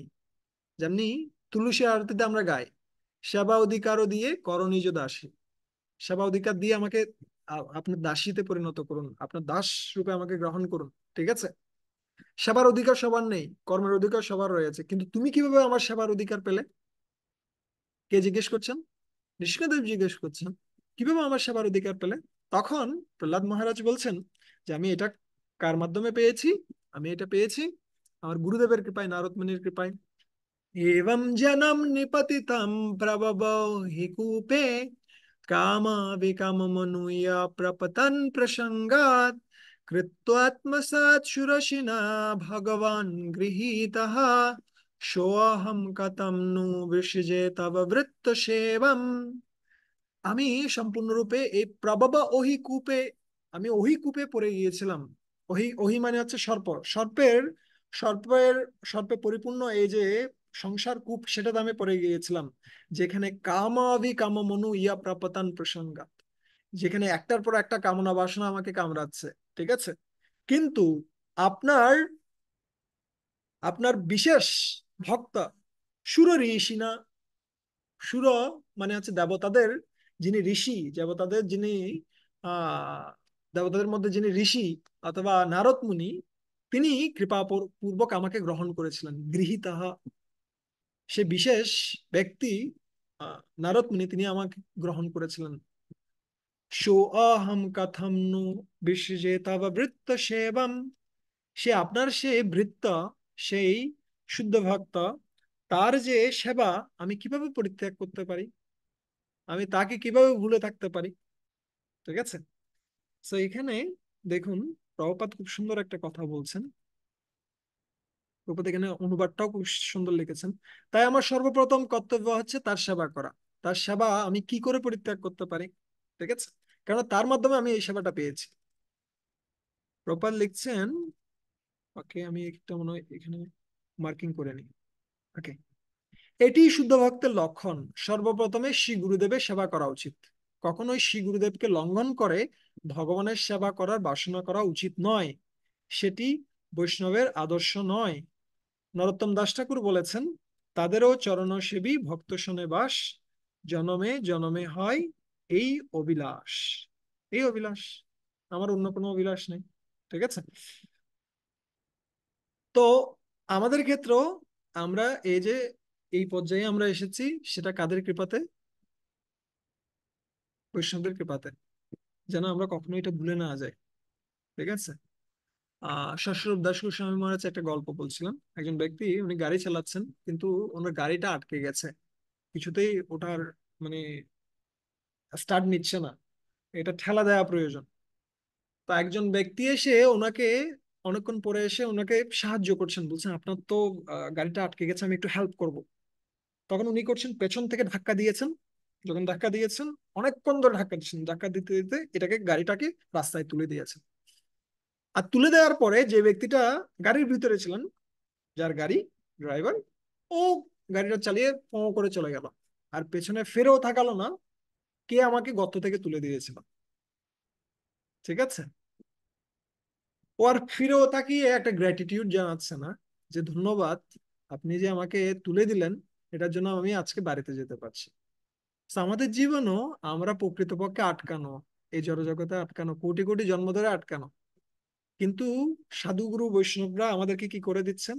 আমাদেরকে এখান থেকে তুলে দিচ্ছেন রাস্তায়। কিন্তু যখন তুলে দিচ্ছেন, তখন আমাদের যেন এরকম ভাব না হয় যে আমরা অনেক বিশাল কিছু হয়ে গেছি, ওই কারণে আমাদেরকে আমাদের অন্য কারো প্রয়োজন নেই। না, এই জন্য প্রপাত এখানে লিখছেন যে কি নয়, হম, লঙ্ঘন করে নয়, গুরুদেবকে লঙ্ঘন করে, বৈষ্ণবদেরকে লঙ্ঘন করে ভগবানের সেবা করার বাসনা করা উচিত। আবার এটার একটা অপোজিট সাইড রয়েছে। যারা সাহায্য করছে তাদের সবসময় মনে রাখা উচিত, আমরা হচ্ছি ভগবানের ইনস্ট্রুমেন্ট। গুরুদেব কখনো মনে করবে না যে আমি ওকে কি করলাম, উদ্ধার করলাম, এটা মনে করবে না। গুরুদেব সবসময় মনে করবেন এটা ভগবানের কৃপাতে হয়েছে, বৈষ্ণবদের কৃপাতে হয়েছে, ঠিক আছে? বৈষ্ণবরাও কৃপা করবেন, মানে চিন্তা করবেন সবসময় এটা গুরুদেবের কৃপায় হয়েছে, ভগবানের কৃপায় হয়েছে, এটা আমার কোনো শক্তি ছিল না। কিন্তু যে উদ্ধার প্রাপ্ত হয়েছে, তার সবসময় ফিল করা উচিত এটা বৈষ্ণবদের অসীম কৃপা, যার কারণে আমি কি হচ্ছে, এতটুকু পর্যন্ত আসতে পেরেছি, ঠিক আছে?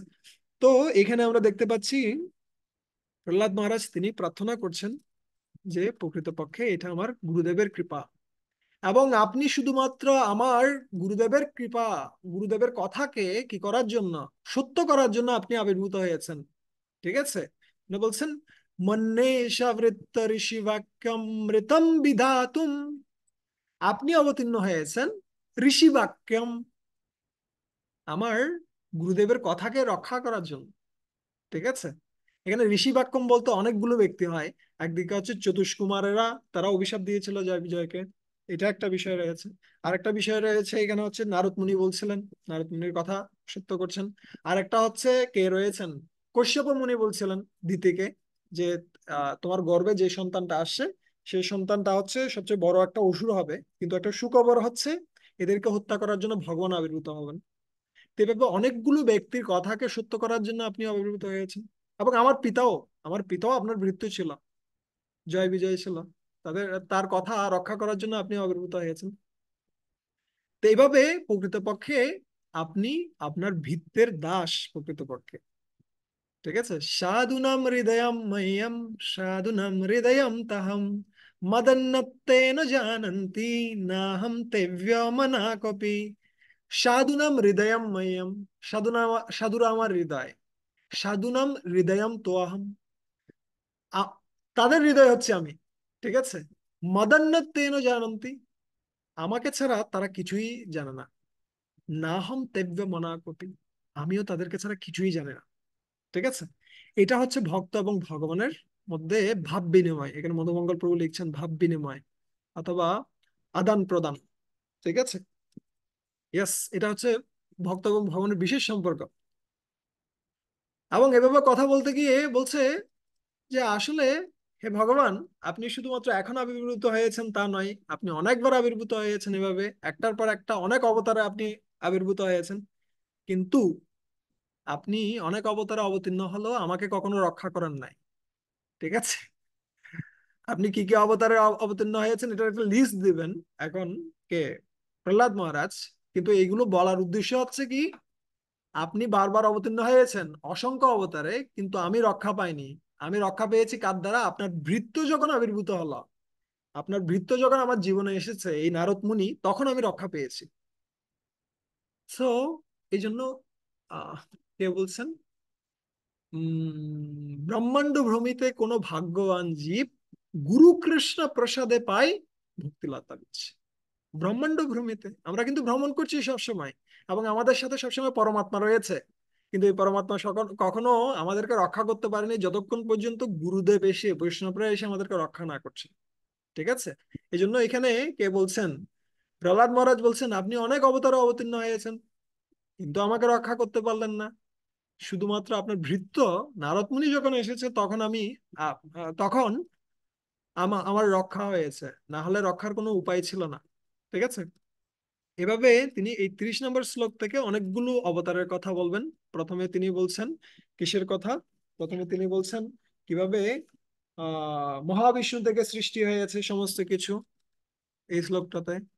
তারপরের শ্লোকটাতে বর্ণনা করছেন তিনি কিভাবে,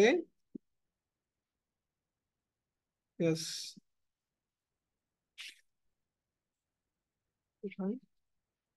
হ্যাঁ, 31। তারপরে বলছেন যে কিভাবে সমস্ত এই জড়জগতে যা কিছু রয়েছে সেটা আপনার সাথে ওতপ্রোতভাবে জড়িত। ঠিক আছে, এভাবে কয়েকটা শ্লোকে, কতটুকু পর্যন্ত, 37 নম্বর শ্লোক পর্যন্ত আমরা একটা সামারি করছি। তারপর 38 নম্বর শ্লোক থেকে আমরা আলোচনা করব, লাস্ট 10 মিনিটস। ঠিক আছে, তো এর ভিতরে কথা কি কি হচ্ছে, আহ প্রহ্লাদ মহারাজ কি কি বিষয় বলছেন। প্রহ্লাদ মহারাজ বর্ণনা করছেন যে প্রকৃতপক্ষে আপনি বিভিন্ন অবতারে অবতীর্ণ হয়েছেন। কি কি অবতারের কথা বলছেন? প্রথমে বলছেন আপনি আপনি কারণোদকশায়ী বিষ্ণু রূপে এই সমস্ত কিছু সৃষ্টি করেছেন, গর্ভোদকশায়ী বিষ্ণু রূপে আপনি প্রবেশ করেছেন। ঠিক আছে, প্রত্যেকটা ব্রহ্মাণ্ডের মধ্যে। এবং ক্ষীরোদকশায়ী বিষ্ণু রূপে আপনি সমস্ত জীবের মধ্যে রয়েছেন। আপনি হংস অবতার রূপে অবতীর্ণ হয়ে ব্রহ্মাজিকে বেদের জ্ঞান প্রদান করেছিলেন। তারপরে হচ্ছে হয়গ্রীব রূপে, হয়গ্রীব রূপে অবতীর্ণ হয়ে আপনি কি করেছিলেন, এই বেদের জ্ঞান কাকে প্রদান করেছিলেন? ব্রহ্মাকে প্রদান করেছিলেন। এবং ব্রহ্মাজিকেও আপনি কি করেছিলেন, বিশেষভাবে অস্টারিটি অথবা তপস্যা করার নির্দেশ প্রদান করেছিলেন। বিভিন্নভাবে আপনি অবতীর্ণ হয়েছেন এবং এই কলিযুগেও আপনি অবতীর্ণ হন, যদিও সেটা সরাসরি নন, সেটা হচ্ছে ছন্ন অবতার রূপে।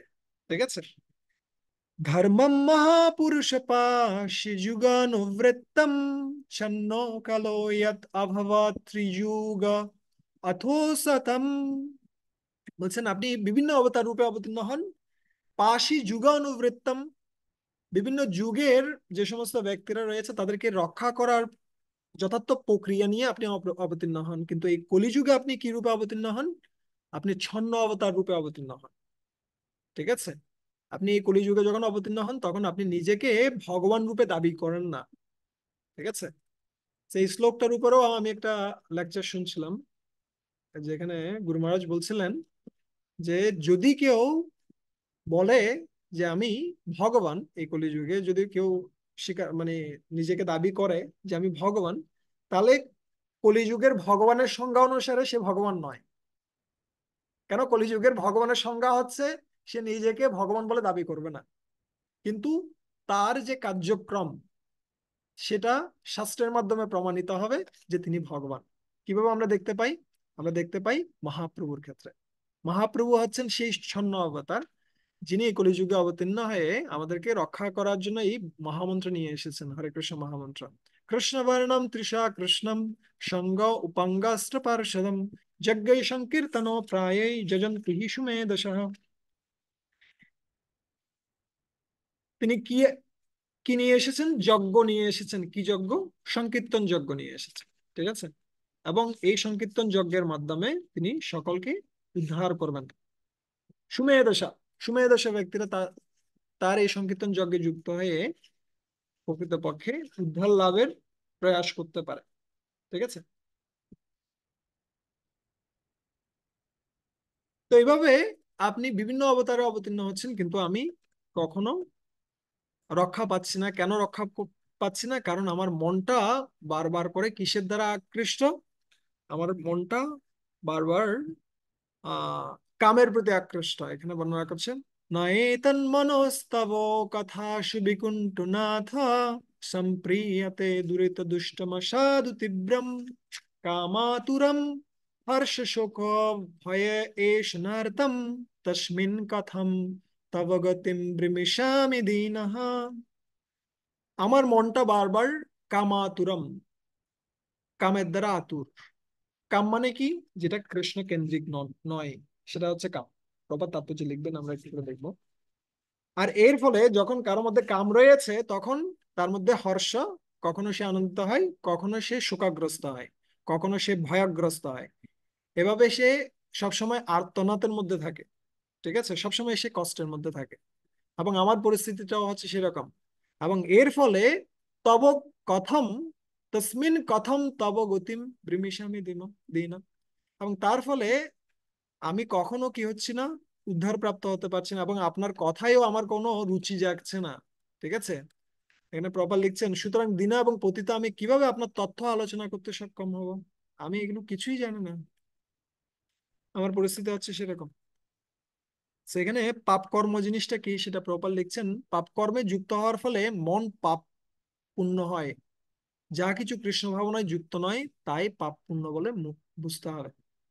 এখানে আরেকটা বিষয় আমি বলবো, যারা গৃহস্থরা রয়েছেন তাদের ক্ষেত্রে আহ, একটা জিনিস খুব সাবধান থাকতে হবে। আমাদের অর্থগুলো যা আমরা উপার্জন করছি সেটা যেন পাপ কর্ম উদ্ভূত না হয়, যতটুকু কম হয়।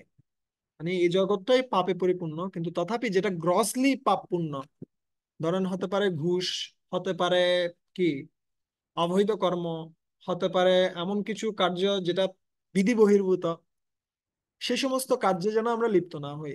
এবং আমরা অনেক ক্ষেত্রে মনে করি যে এরকম কার্য করে অর্থটা এনে এটা আমি যদি কিসে দিই, মন্দিরে দিই, তাহলে এটা কি হয়ে গেল, মানে আহ, কি কি বলা যেতে পারে, এটার খারাপ ফলটা চলে যাবে। আসলে তা নয়। ঠিক আছে? খুব সাবধান থাকতে হবে। ভক্তি সিদ্ধান্ত সরস্বতী গোস্বামী ঠাকুরের কাছে যখন কেউ ডোনেশন নিয়ে আসতো, তখন জিজ্ঞেস করতো তুমি এই অর্থটা কিভাবে আয় করেছো। ঠিক আছে? সো আমাদের এই বিষয়ে খুব সতর্ক থাকতে হবে যেন আমাদের কার্যক্রমগুলো পাপ পূর্ণ না হয়। আর আলটিমেটলি এই জগতে যা কিছু রয়েছে, ভালো হোক খারাপ হোক, সবকিছুই পাপ পূর্ণ যদি সেটা কৃষ্ণের সাথে যুক্ত না হয়। ঠিক আছে? ইয়েস। এবং এই কলিযুগে এই মনকে নির্মল করার পন্থাটা কি? মনকে নির্মল করার পন্থাটা হচ্ছে হরে কৃষ্ণ মহামন্ত্র জপ করা, অন্য কোনো উপায় নেই। ঠিক আছে? এবং এরপরে বলছে, অনেকের মন তো অশান্ত থাকে, কিন্তু তথাপিও তো তারা কি করতে পারে, ইন্দ্রিয়গুলো দিয়ে ভগবানের সেবা করতে পারে। তখন বলছে, না না, আমার ইন্দ্রিয়গুলো আমাকে টানছে। বলছে আমাকে, আমার জিহ্বা আমাকে একদিকে টানছে, আমার হস্তগুলো একদিকে টানছে, আমার চক্ষু একদিকে টানছে। এভাবে এক একটা ইন্দ্রিয় এক একদিকে ধাবিত হচ্ছে। ঠিক যেমনি একজন ব্যক্তির যদি অনেকগুলো স্ত্রী থাকে এবং এক একটা স্ত্রী যদি এক একদিকে টানে, তাহলে সে তার কখনো শান্তি পাওয়ার কোনো সুযোগ থাকে না। ঠিক আছে? ঠিক একইভাবে যে ব্যক্তি ইন্দ্রিয়গুলো অনিয়ন্ত্রিত, তার শান্তি পাওয়ার কোনো সুযোগ নেই। এই জন্য কে প্রহ্লাদ মহারাজ বলছেন আমার পরিস্থিতিটা হচ্ছে সেরকম। আমার পরিস্থিতি হচ্ছে বহু সাপত্না ইব গেহপতিম লুনন্তি। অনেক পত্নী থাকলে যেমনি তারা একদিকে সম্পূর্ণরূপে শান্তি নষ্ট করে দেয়, সেরকম পরিস্থিতি হচ্ছে আমার। ঠিক আছে। এভাবে প্রহ্লাদ মহারাজ এখানে এসেও আবার কিসের কথা বলছেন, আবার তিনি কিভাবে অযোগ্য সেই কথাটা বলছেন। প্রথমে তিনি শুরু করেছিলেন প্রার্থনাটা হিউমিলিটির মাধ্যমে, বা কিসের মাধ্যমে, বিনয়ের মাধ্যমে, এবং তিনি এখন এসে শেষও করবেন বিনয়ের মাধ্যমে। ঠিক আছে। আহ এখানে বলছেন আপনি কৃপাপূর্বক আমাদেরকে কি করুন, রক্ষা করুন। আপনি ছাড়া আমাদেরকে রক্ষা করার আর কোনো উপায় নেই। ঠিক আছে। শুধুমাত্র আমি আমার কথা চিন্তা করছি তা নয়, আমি সকলের কথা চিন্তা করছি। ঠিক আছে। এই লাস্ট তিনটা শ্লোকে তিনি বর্ণনা করছেন যে কিভাবে এই জড়জগতের বন্ধন থেকে মুক্ত হওয়ার প্রচেষ্টা আমরা করতে পারি। বলছেন যে আমি আমার নিজের জন্য চিন্তা করি না। নৈবদ্বিজে পরদূরত্তয় বৈতরণ্য তদ্বীর্য গায়ন মহামৃতমগ্ন চিত্ত শোচে ততো বিমুখ চেতসেন্দ্রিয়ার্থ মায়া সুখায় বরমদ্বহতো বিমূঢ়ান। নৈবদ্বিজে, আমি খুব বেশি চিন্তিত নই আমাকে নিয়ে। কেন? এই যে বৈতরণী নদী, যেটা রক্ত পুঁজ বমন প্রভৃতিতে পরিপূর্ণ, এই যে নরকের যে দ্বার স্বরূপ এই বৈতরণী নদী, সেটাকে নিয়ে আমার এই ভববন্ধনের যে কারণ, সেটাকে নিয়ে আমি খুব বেশি চিন্তা করি না। কেন? তদ্বীর্য গায়ন মহা অমৃত মগ্ন চিত্তই। আপনার অমৃত কথা আমি কীর্তন করতে করতে আমি সবসময় আনন্দে রয়েছে। আমি কাদের কথা চিন্তা করছি? শোচেত বিমুখ চেত ইন্দ্রিয়ার্থ। আমি চিন্তা করছি সেই সমস্ত বিমুখ ব্যক্তিরা, যারা আপনার থেকে বিমুখ হয়ে ইন্দ্রিয়ের সুখের প্রতি ধাবিত হতে গিয়ে সবসময় তারা কি রয়েছে, সবসময় কিসে রয়েছে, মায়া সুখের প্রলোভনে পড়ে সবসময় কষ্টে রয়েছে। মায়া সুখায় ভরমদ্বাহত বিমূঢ়ান। সে বিমূঢ় ব্যক্তিদের নিয়ে আমি চিন্তা করছি। ঠিক আছে। তো কৃষ্ণ ভক্ত সবসময় সে আনন্দে রয়েছে কিসের মাধ্যমে? সে ভগবানের কথা আলোচনা করার মাধ্যমে সে সবসময় আনন্দ রয়েছে। কিন্তু তার কষ্টটা হচ্ছে কাদের জন্য? এখানে প্রপাত বলছেন প্রহ্লাদ মহারাজ যুগপৎ সুখী এবং অসুখী ছিলেন। সুখী হচ্ছে কেন? আমি কৃষ্ণ নাম করতে পারছি, কৃষ্ণ কথা বলতে পারছি, এভাবে সে সবসময় সুখী। কিন্তু অসুখী হচ্ছে কাদের জন্য? যে সমস্ত ব্যক্তিরা কৃষ্ণ বিমুখ, তাদের জন্য সে অসুখী।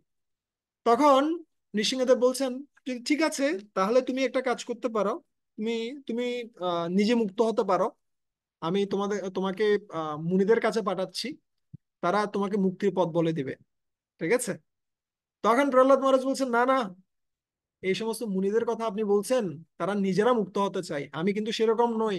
আমি নিজে মুক্ত হতে চাচ্ছি তা নয়, আমি সবাইকে নিয়ে মুক্ত হতে চাই।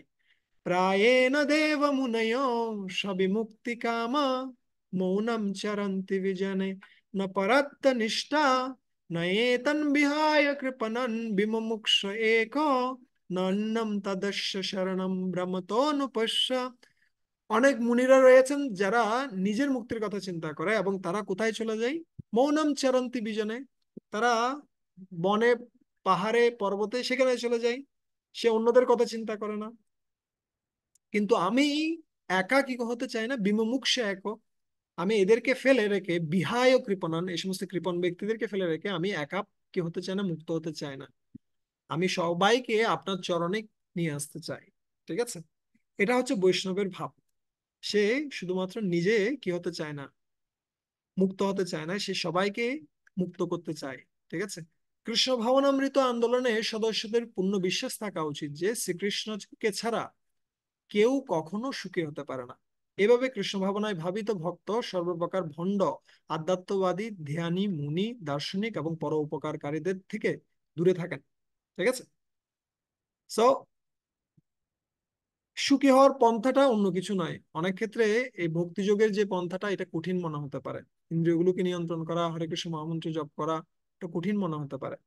কিন্তু এই যে আহ তপস্যাটা, এই তপস্যাটা অত কঠিন না যতটা না জড়জগতের মানুষগুলো কষ্ট করছে। ঠিক আছে। কৃষ্ণকে ছাড়া সুখ পাওয়ার প্রচেষ্টাটা হচ্ছে ইম্পসিবল। আর কৃষ্ণ ভাবনায় সুখ পাওয়াটা হচ্ছে একটু ডিফিকাল্ট সাম, বাট জড়জগতের সুখ প্রাপ্তির প্রচেষ্টাটা হচ্ছে ইম্পসিবল, অসম্ভব বিষয়। এখন প্রশ্ন আসতে পারে, প্রহ্লাদ মহারাজ প্রশ্ন করতে পারে, তুমি এদের সুখের কথা বলছো কিন্তু ওরা তো এমনিতেই সুখে আছে। ওরা কি করছে, আহার নিদ্রা ভয় মৈথুন এই সমস্ত কিছু করে সুখে আছে। ওরা আহ, নারী হলে পুরুষের সঙ্গ করছে, পুরুষ হলে নারীর সঙ্গ করছে, এভাবে তারা আনন্দে আছে। তখন প্রহ্লাদ মহারাজ বলছে, না না, এদের যে আনন্দটা এটা এরকম আনন্দ নয়, এটা হচ্ছে কি, এটা হচ্ছে দুই হাতের ঘর্ষণের ন্যায় আনন্দ। এটার ফলে কি হয়, চুলকানির ফলে বারবার করে চুলকানি বাড়ে, এবং চুলকানির ফলে কি হয়, হাতের বা ত্বকের কি হয়, ক্ষতি সাধন হয়, রক্ত বের হয়, এর থেকে বিশেষ কিছু নয়।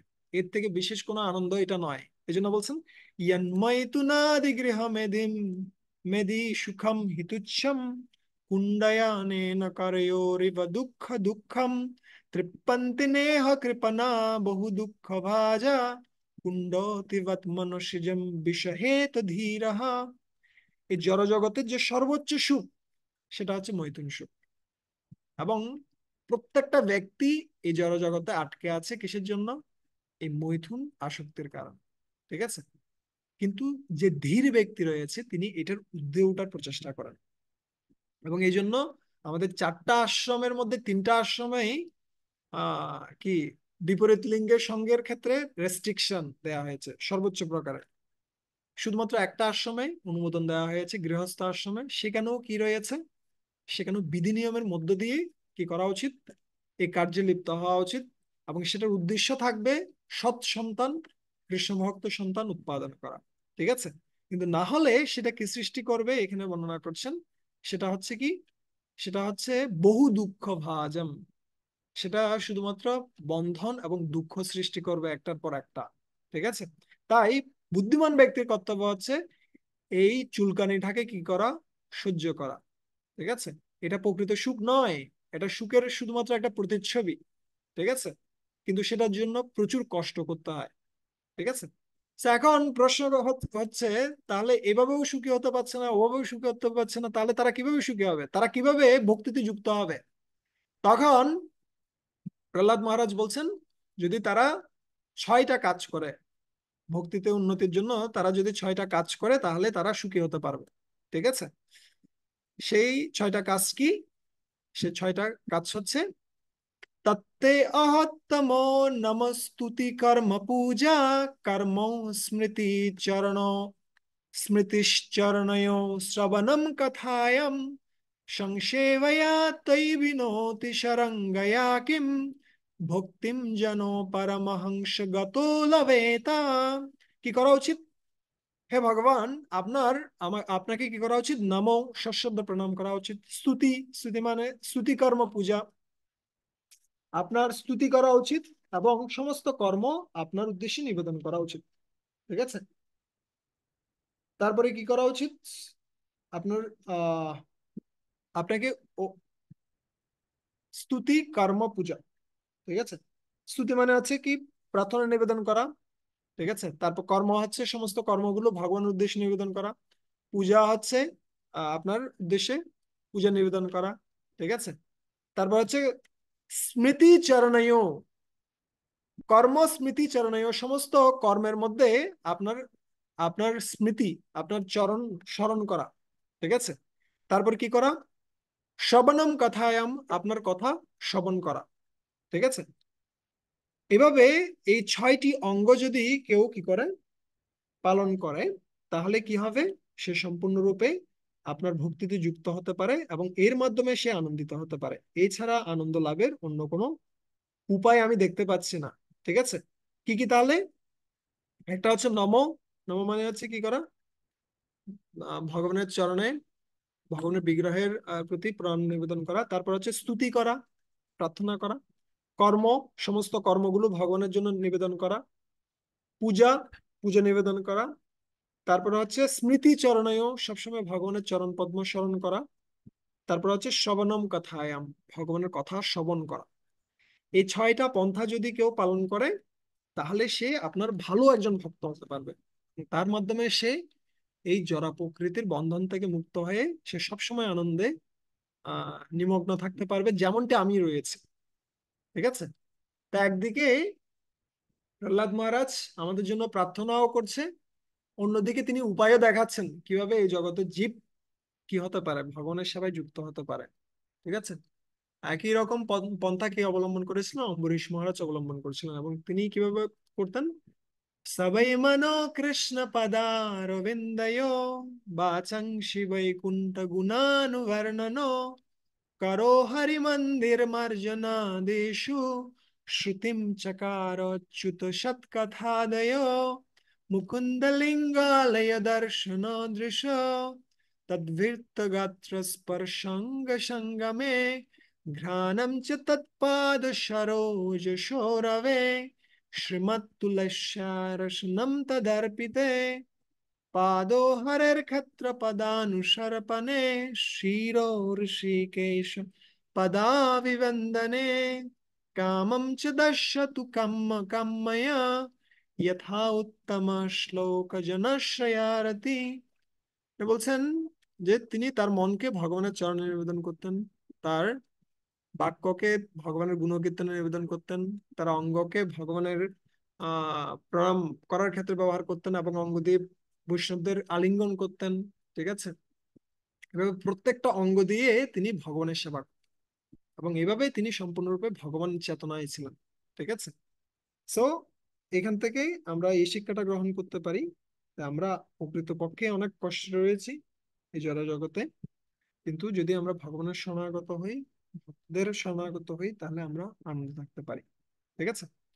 হরে কৃষ্ণ কৃষ্ণ কৃষ্ণ হরে হরে, হরে রাম রাম রাম হরে হরে। কারো কোনো প্রশ্ন রয়েছে, জিজ্ঞাসা রয়েছে?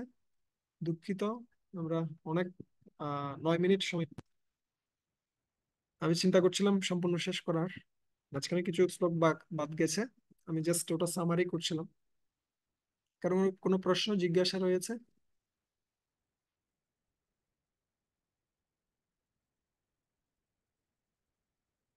নেই।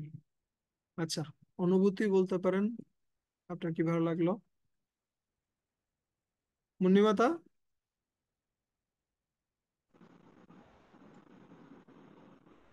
হরে কৃষ্ণ। হরে কৃষ্ণ প্রভু। হরে কৃষ্ণ, বলুন। হ্যাঁ প্রভু, কি কি প্রশ্ন করছেন আমি শুনতে পাইনি।